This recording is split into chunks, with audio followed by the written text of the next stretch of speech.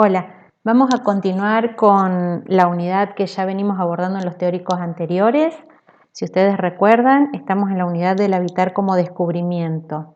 Y una de las cuestiones que nos interesa en este inicio de la asignatura Teoría y Métodos es justamente trabajar sobre la pregunta por el habitar. En esta pregunta por el habitar, como se dijo también, como dijo Edith en las exposiciones anteriores, una de las cuestiones que nos interesa abordar es el concepto de tipo y analogía. Y un poco mi charla, me presento nuevamente, soy Mariela Marquicio, soy la profesora adjunta de la cátedra, voy a dar algunos de los teóricos también de la asignatura. Pero una de las preguntas que nos interesa en esta cuestión del habitar es reflexionar sobre el concepto de tipo. El tipo que yo prefiero introducirlo con estas placas un poco disruptivas, que si yo les preguntara a ustedes cuál es el animal más veloz o cuál es el animal que vuela más alto, probablemente las imágenes que vendrían a la cabeza de ustedes son la chita o el cóndor de los Andes, pero sin embargo el hombre ha desarrollado a lo largo del tiempo disrupciones y utilizando la técnica y la tecnología, una serie de objetos que han superado la velocidad de estos animales. Nosotros hemos creado los aviones más veloces y supersónicos, hemos creado los trenes que unen ciudades que están a miles de kilómetros en fracción de horas. Por lo tanto, una de las cuestiones que nos interesa entender y que ya se vinieron trabajando en las clases anteriores, justamente, y esto va casi como un repaso, tiene que ver con esto de asumirnos como seres naturales a la vez que culturales. ¿Por qué diseñamos los hombres? Es una de las preguntas que nos hacemos. Diseñamos porque habitamos y porque para poder sobrevivir en este sistema de hábitat que fuimos construyéndonos, es que necesitamos justamente asumirnos como seres culturales. Esto que dice Ayer, de que el ser humano no solo tiene conocimiento en el ser natural, sino también en el cultural. Por lo tanto, al ser seres culturales, constamos de proyectos. Y ahí es donde entra toda nuestra reflexión disciplinar. Desde la arquitectura lo que hacemos es lanzarnos a lo desconocido desde proyectos. Proyectos que intentan solucionar problemas de cada época. Porque lo que nosotros hacemos desde la arquitectura es justamente construir los espacios donde vamos a habitar. Esa construcción del hábitat nos sirve como hombres para poder actuar en el mundo, para poder modificarlo y para poder estar de manera activa. Es la única manera en la que sabemos estar en el mundo. Por eso vamos siendo en este mundo y vamos alterando a este mundo y modificándolo permanentemente a lo largo de la historia con determinadas acciones, muchas veces inconscientes y otras conscientes, pero siempre atravesadas por la historia, por la cultura, por el pasado y siempre desde procesos que, si bien llevan a cabo los individuos, tienen que ver con pensamientos de época, con acciones colectivas que nos van justamente generando todo ese imaginario que nos permite ir avanzando a medida que avanza el tiempo del habitar. Digamos, desde esas primeras ruedas o esos primeros círculos de sociedad a determinadas imágenes que recurrentemente van apareciendo a lo largo de toda la historia, no solo de la arquitectura, sino en muchos casos de los objetos, de la literatura, del cine y de todas las ciencias y las técnicas que permiten que habitemos en este planeta. La que nos compete a nosotros es justamente la arquitectura, y una de las reflexiones que nos interesa hacer desde el inicio de Teoría y Métodos es pensar y reflexionar sobre los conceptos de arquitectura. Acá es donde a mí me gusta siempre repetir y recordar el concepto de Vittorio Gregotti. Ustedes vieron una entrevista que subimos de Vittorio Gregotti, recientemente fallecido por esta pandemia que nos atraviesa a todos. Él decía que la arquitectura es la forma de materiales ordenados con el fin de habitar, producir y revelar lugares como cosas. ¿Qué quiere decir con esto? Si nosotros trabajamos con lo que la naturaleza nos da, nosotros ordenamos esa materia, la transformamos los bosques en madera, transformamos las piedras en arenas, en cementos, transformamos los minerales, transformamos el agua, transformamos toda esa materia que está ya en el planeta para justamente poder generar nuestros espacios de habitar, para poder producir nuevas materias y para poder finalmente crear esa memoria, ese recuerdo, ese ser cultural que somos del que hablábamos recién. ¿Y cómo lo hacemos? Lo hacemos, como decíamos 2 placas atrás, a través de proyectos. Porque proyectar es pensar lo posible. Este concepto de transformar la materia para volverla, sacarla del grupo naturaleza para transformarla en materia que nos permite habitar, se hace a través de procesos de pensamiento proyectual que siempre nos permiten avanzar paso a paso desde lo posible. Esta idea de pensar lo posible justamente integra varias cuestiones. Esta idea de pensar lo posible tiene que ver con nuestra capacidad de imaginar, que solo tenemos los hombres, y por eso somos seres culturales, además de seres naturales, con los medios técnicos disponibles en cada momento. Siempre imaginamos desde lo que conocemos hacia lo que desconocemos. Entonces, lo que conocemos son los medios de cada época, con los sistemas de representación de cada tiempo también. O sea, pensemos a lo largo de la historia cómo se fue modificando la manera de representar los sistemas arquitectónicos y cómo eso fue modificando también las maneras de configurar y de resolver esos objetos que nos iban a permitir ser habitados después. Y las referencias de sentido, es decir, lo que traemos desde antes. Ustedes deben haber visto ya en sistemas gráficos, por ejemplo, toda la cuestión de la perspectiva, lo que significó la aparición de la perspectiva, más recientemente los medios digitales, la renderización, los medios de realidad aumentada, que van modificando nuestras formas de diseñar. ¿A partir de qué? A partir de cosas que tenemos vistas de antes, que son justamente nuestra capacidad de sentido y que van hacia dónde, hacia lo que vendrá, que tiene que ver con esa capacidad de imaginar que nosotros tenemos.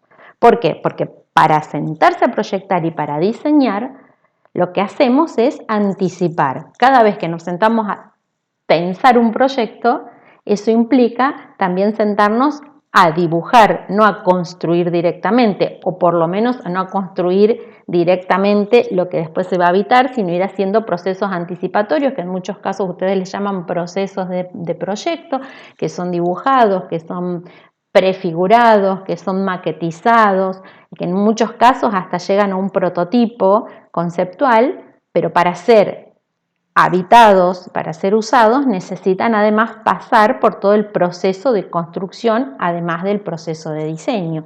Y esto implica siempre etapas que tienen que ver con reflexión, con conceptualización, con proyecto, y que ustedes ya lo empiezan a manejar desde que empezaron a transitar el curso de nivelación, empezaron a reforzarlo con Arqui 1 y probablemente van a seguir de acá hasta que se reciban y hasta que terminen de ejercitar la profesión, porque de eso se trata nuestra profesión, siempre van a aplicar estas etapas. Siempre se reflexiona, siempre se conceptualiza y luego se proyecta.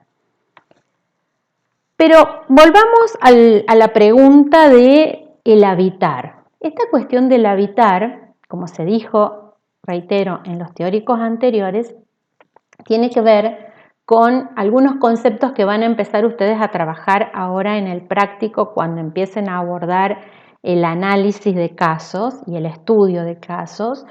Tiene que ver con comprender de qué se trata esto de generar hábitos y de qué se trata esta cuestión de las acciones habitualizadas que dan como resultado la institucionalización. La institucionalización es el proceso que nos permite asumir la institución, la institucionalidad de una práctica. Ahora, esas prácticas se institucionalizan por repetición en el tiempo. O sea, a medida que uno comienza a repetir una práctica, hace que esa práctica se institucionalice. Podemos poner 1000 ejemplos, pero el más reciente es, nos estamos habitualizando a una práctica que en muchos casos era ajena a nosotros, que es saludarnos de una manera diferente, a cierta distancia, sin roce, y a esto que ahora le llamamos el aislamiento social. Hasta hace 15 días era extraño a nosotros y ahora empezamos a asumirlo cada vez más como una práctica que se nos está haciendo habitual. Eso significa institucionalización. Obviamente que probablemente y ojalá esta práctica que estamos de a poco haciendo habitual pase a ser una situación atípica y no una situación que permanezca para siempre en nuestras formas de conductas sociales. Pero por ahora la vamos asumiendo como una práctica que se nos va metiendo adentro nuestro como un hábito. Esas prácticas que a nivel social se llaman habituación, a nivel arquitectónico le llamamos prácticas habituadas y que se consagran a través de los tipos arquitectónicos. ¿Qué es una práctica habitualizada en un tipo arquitectónico? Es ese esquema abstracto que comunica mucho más allá de del propio objeto de arquitectura y que comprendemos como seres culturales que somos. Por ejemplo, el eje. El eje de Versalles, el eje de Brasilia, el eje de la Défense o el eje al pabellón Argentina es un tipo que pone en situación de dominio a un determinado objeto arquitectónico a partir de organizar una estructura de un vacío lineal que lo pone como fondo. Eso se dio en todos los tiempos, en distintos momentos de la historia, pero ese esquema abstracto nos permite comprender que eso que está haciendo de figura allá al fondo del eje es un objeto singular y que tiene algún nivel de importancia en el conjunto de los objetos que acompañan a ese objeto singular.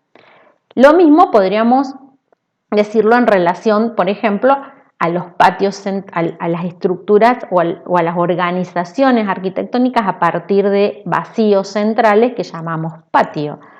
Ese acto de proyecto con basamento siempre histórico y cultural se va arrastrando y atraviesa las distintas lógicas de proyecto, los distintos momentos de la historia e incluso las distintas tipologías de uso. Digamos, por ejemplo, esta cuestión del patio central se repite tanto en una cárcel como en un hospital, como en una escuela y sin embargo atraviesa la historia porque lo hicieron los romanos y lo seguimos haciendo nosotros aún en determinados espacios, por ejemplo, comerciales, pero sin embargo no es en sí mismo ningún objeto, sino que es justamente este esquema abstracto que nos permite comprender la organización de ese objeto.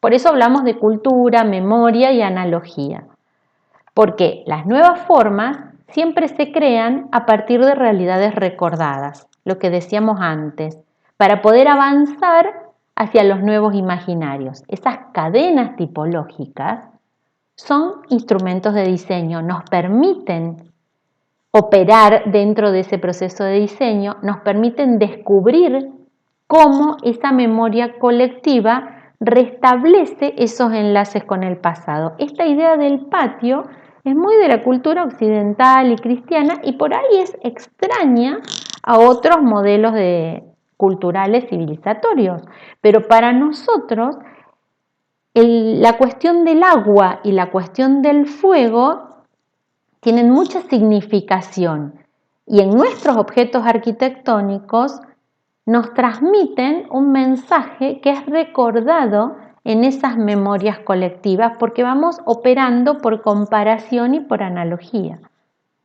Por eso hablamos, y ahora sí voy a desmenuzar la cuestión de la cultura, la cuestión de la memoria y la cuestión de la analogía, tratando ya de reflexionar sobre hechos arquitectónicos. Esta cuestión de la cultura, como se definía la idea de cultura como un saber interpretar estos palimpsestos escritos sobre el territorio, o sea, la cultura tiene que ver con imagen, con usos, con capas de habitar ese territorio que fueron construyendo ese pasado y ese modo de ser en el mundo y en el espacio que fuimos generando como seres culturales que somos, en nuestro caso particular, la cultura occidental y cristiana, y que, por ejemplo, se repite tanto en una vila romana, en una vila renacentista como la Villa Capra, como en una casa de los 80 de Córdoba, como es la Casa Zorzi que hizo el Togo Díaz en un barrio de la ciudad, en donde todo se organiza a partir de un centro que en algunos casos es ese patio central que me permite recoger el agua, que me permite ordenar de una determinada manera cómo acontecen la sucesión de habitaciones de alrededor, o es un espacio convocante como es el fuego y lo que eso significa para la reunión familiar en este espacio también central, o es un objeto, en el caso del museo, a exhibir en torno al cual yo voy a estar recorriendo el conjunto de lo que ese museo me muestra.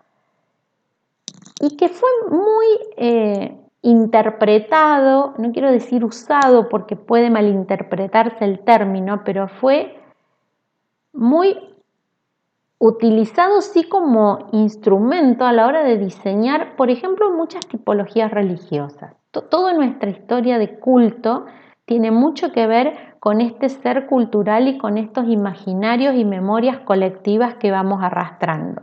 Cuando Peter Zumthor hace la capilla y la organiza con estos troncos y después los incendia y genera esta espacialidad, recuerda estas primeras organizaciones en donde el fuego eran también el centro de la unión de la familia, el lugar de la protección, el lugar de la comunión.